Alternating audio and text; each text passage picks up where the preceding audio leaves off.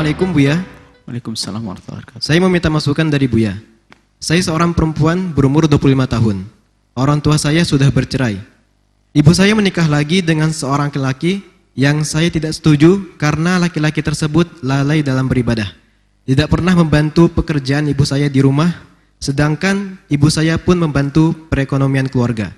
Tetapi suaminya seperti tidak sayang kepada ibu saya. Itu menjadikan saya benci terhadap dia. Saya berpikir ibu saya sudah capek, sudah lelah, tetapi kenapa malah memilih laki-laki seperti itu? Itu menjadikan saya tiap hari dibayang-bayangi rasa benci terhadap suami ibu saya, Buya. Saya harus bagaimana, Buya? Mohon solusinya. Assalamualaikum warahmatullahi wabarakatuh. Assalamualaikum warahmatullahi wabarakatuh. Jadilah Anda sebagai anak yang faham. Jangan memandang ibu selamanya hanya sebagai ibu saja. Ini kami ingatkan kepada semua anak yang ibunya sudah sendirian. Jangan memandang ibumu sebagai ibu selamanya. Akan tapi pandang juga beliau adalah sebagai seorang wanita yang punya hajat khusus yang tidak bisa diwakilkan kepada siapapun.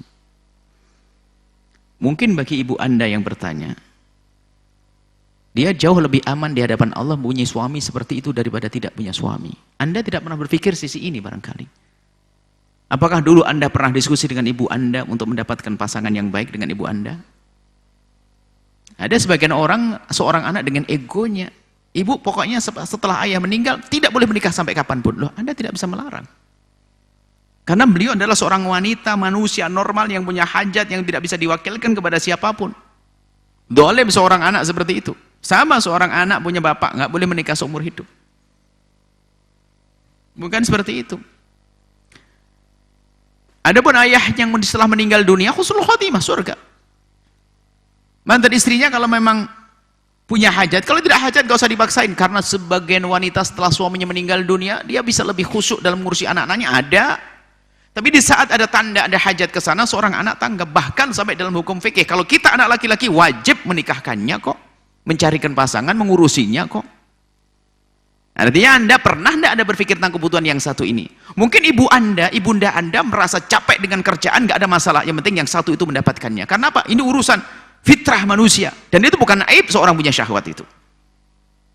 Bukan aib, bukan celah orang punya syahwat. Yang aib adalah melampiaskan syahwat dengan cara yang haram, dengan zina dan muqaddimahnya itu hina.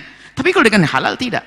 Artinya, mungkin ibunda Anda biarpun dengan cara begitu merasa terpenuhi dalam sisi ini. Dan apakah Anda sudah pernah berpikir dalam hal ini?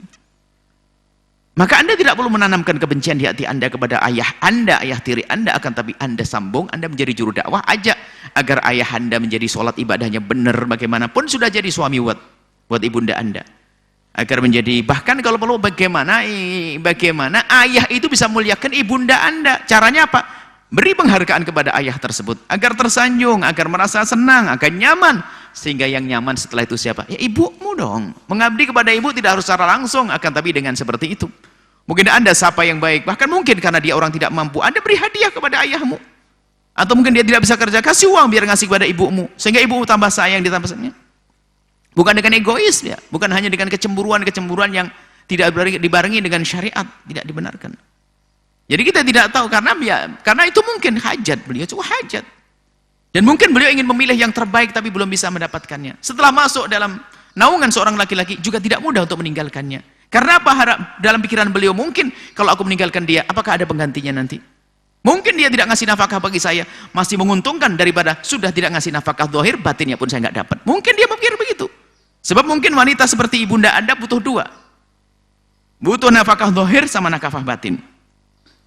Tapi mungkin ibunda Anda cerdas, kalau seandainya aku tidak mendapatkan nafkah batin di saat saya sendiri, di saat saya tidak mendapatkan nafkah zahir secara sendiri, batin saya sudah tidak dapat. Kalau saya menikah dengan laki-laki yang tidak ngasih nafkah kepada saya, mungkin jauh lebih bagus daripada saya tidak menikah. Kenapa? Saya mendapatkan nafkah batin, biarpun zahir tidak dapat. Mungkin dia cerdas.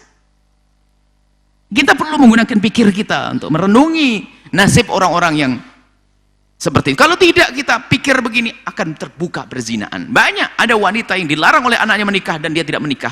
Setelah 5 tahun dia bertahan tidak menikah, setelah itu 3 tahun kemudian menangis. Kenapa? Dia rupanya main di belakang, dia melakukan zina tanpa sepengetahuan anaknya. Naudzubillah, anak durhaka itu.